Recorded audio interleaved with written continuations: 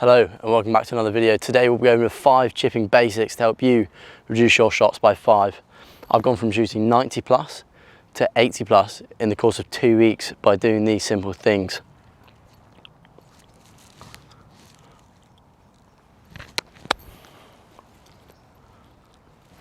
I feel like for chipping, the first thing you need to understand is where you are on the green or around the green. Are you close to the pin? Is the pin far away? Have you got something to cover? Those are the first things that should come into your head when you're chipping. If you've got green to work with, maybe you want to think about pulling a pitching wedge or a lower lofted wedge. That way you can get a little bit of rollout. Or if you're comfortable getting enough spin on the ball, you can fly it high and fly it close to the pin and just stop it. Now, if you're over here and you're tucked behind a bunker, you've got a lip to cover and you've got a short pin, you want to play the ball a little bit higher. By doing so, you're going to want to play the ball slightly forward in your stance and always maintain club head speed through the ball. Shaft forward.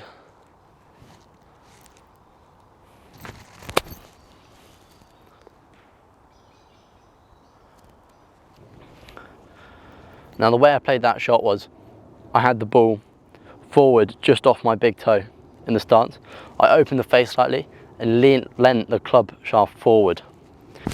Now you want to keep your weight 70% on the front foot, and you want to feel like as you bring the club back, the shaft is forward and you've got that face open and you're coming around your body and presenting that club face square at impact to create that loft.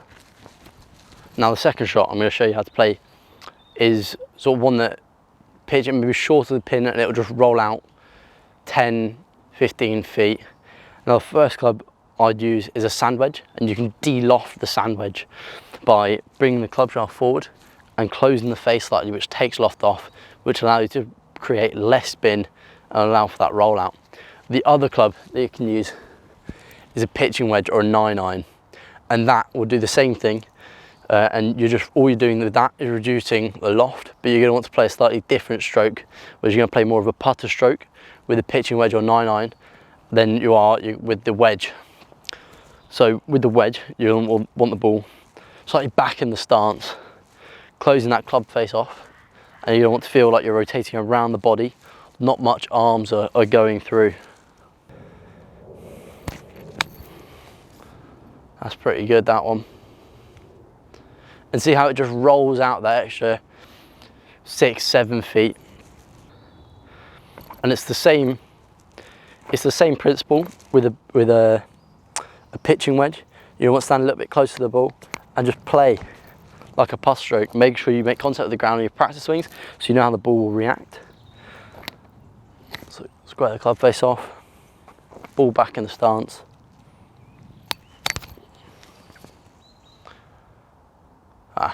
Go in.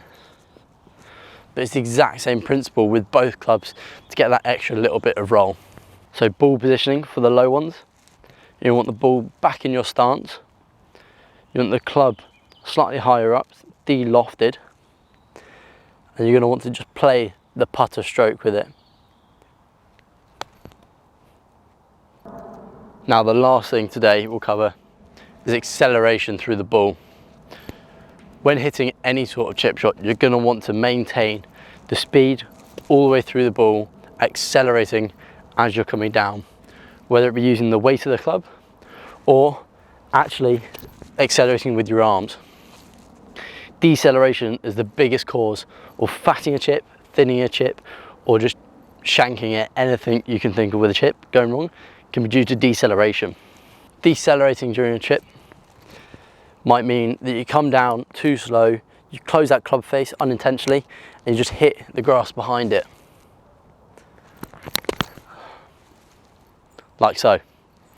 Now if you decelerate while that club face is open, it might mean you thinning the chip and just hitting the ball and trying to cut it in half.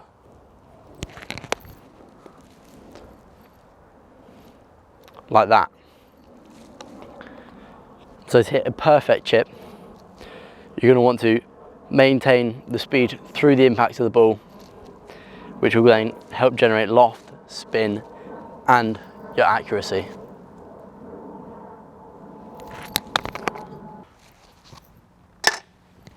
if you enjoyed today's video on chipping basics, make sure you leave a comment down below, like, subscribe, and let me know, where are you playing this week?